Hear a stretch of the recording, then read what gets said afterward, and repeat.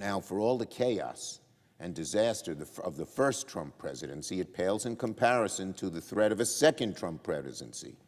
We've all heard about the policy platform 2025, drafted by the Heritage Foundation, a project overseen by former Trump officials and advisors and appointees.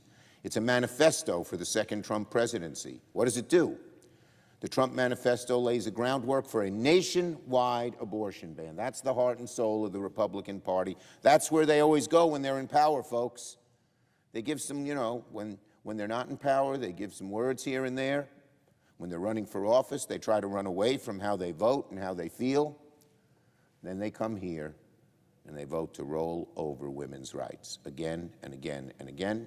And each time they do it, it becomes more extreme and more extreme. And that's just the beginning on the issues. The Trump Manifesto 2025 calls for the most conservative agenda America has ever seen.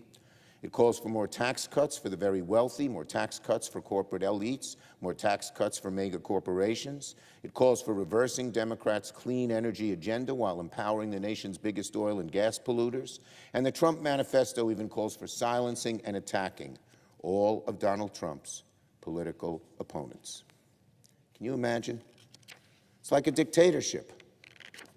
It's like a dictatorship. With nothing said, Trump says, I'm going to prosecute people. No evidence. Wow.